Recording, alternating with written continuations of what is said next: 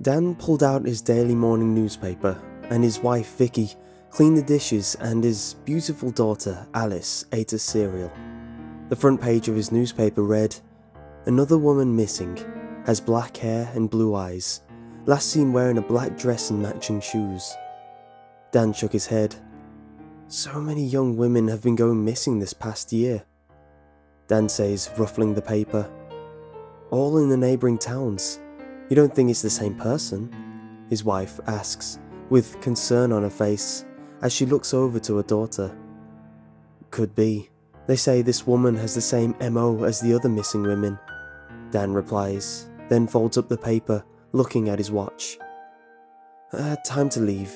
See you after 8 PM, honey," he says, and gives his wife a kiss. "Another long day at work. They have you staying late a lot," she replies, with an upset look.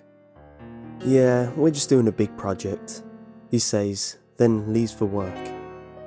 They lived in a happy, friendly neighbourhood, nothing to complain about.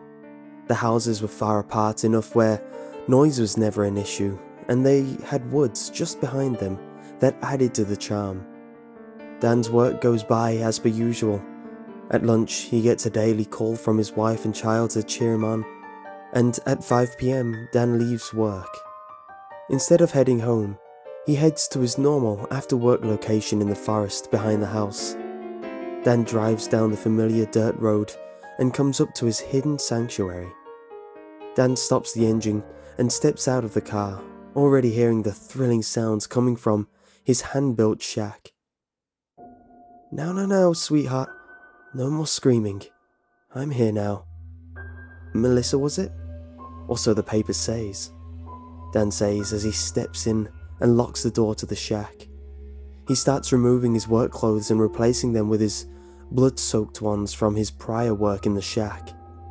He turns to the woman in a torn, black dress on the table, stretched in a manner that could break her very arms if she thrashed around, which is what he'd hoped for. He studied his work from yesterday, in which he had accidentally spilled bleach into her eyes. "You should be happy, you're a star. Or maybe I'm the star." "Anyway, how are your eyes?" "I didn't mean to spill the bleach, honestly. But hey, looks like one eye is better though," Dan says, staring into the semi-blind woman's pain-stricken face. Dan sighs and grabs his scalpel of choice. "I don't think the other should stay in place. I can fix that for you." Dan pauses, watching his victim start to shake and whimper. "Do you trust me?" He laughs and lingers over her, scalpel in hand.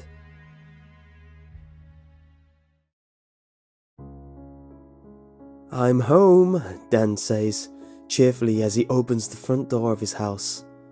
"Welcome back. You're late," his wife says, crossing her arms. "Sorry, work's later than I thought," he says and looks at his watch. 9:36 PM. "Well, next time call me," she exclaims. "I will. Where is Alice? Already in bed?" he asks. "I was about to tuck her in," she says, looking up the stairs. "I can do that for you, honey," he says cheerfully. Dan turns and heads upstairs to his daughter's room. "Hey sweetheart, did you have any fun today?" Dan asks, walking over to his daughter, who was already sitting in bed. "Yes, Daddy, I played on the swing game all by myself, and I made a new friend," she says cheerfully. "Oh? Who is the new friend?" Dan asks, smiling back at the child. "Her name is Millie, and she's a princess that wears a black dress," his daughter explained. Dan frowned for only a second, getting a feeling of dread come over him, but then quickly brushed it off. Must be her new imaginary friend, he thinks to himself, then tells his daughter good night and tucks her in. That night, Dan woke to a strange sound. As he came out of his daze, he heard it again more clearly. Sounds of someone crying, accompanied by a loud creaking of a metal linger in the air. "Dan, do you hear that too?" his wife says, sitting up. "Yeah, sounds like a swing. Do you think Alice is up? He asks, getting up from bed. I'm not sure, his wife says. I'll go check. You go back to sleep, Dan says, making his way downstairs and to the back door. He peers out, but nothing seems to be there. Odd, he whispers to himself, and makes his way to Alice's room and quietly opens the door. Alice was there fast asleep, not even moved from where he tucked her in. Dan shrugged it off and went back to bed. A few days go by, but for some reason Dan couldn't shake the feeling of dread. Dan skipped his after-work activities once again and went home instead. When he got there, he noticed police cars parked outside, so he hurried inside to be greeted by his wife with a tear-streaked face. What's going on? He asked, seeing the look on her face. It's Alice, she says, beginning to sob. What happened? Is she alright? He asks her, feeling his heart pound in his chest. No, she found an eye, a human eye, blue, bloody. It was outside by the swing, she says, going into hysteric crying. His heart began to pound at an even more alarming rate. It'll be fine, ma'am, though we're going to search the area for anything else, a policeman says, then bows his hat, taking his leave. That night, none of them said too much. Dan tucked in Alice, who was still scared out of her mind. Daddy? Alice says as Dan goes to leave. Yes, honey? She told me she was going to kill me. That's what Millie said. She had the same eyes. Dan gave his daughter a shocked look, but then hugged her tightly. It was just a dream. As long as I'm here, no one will touch you. Got it?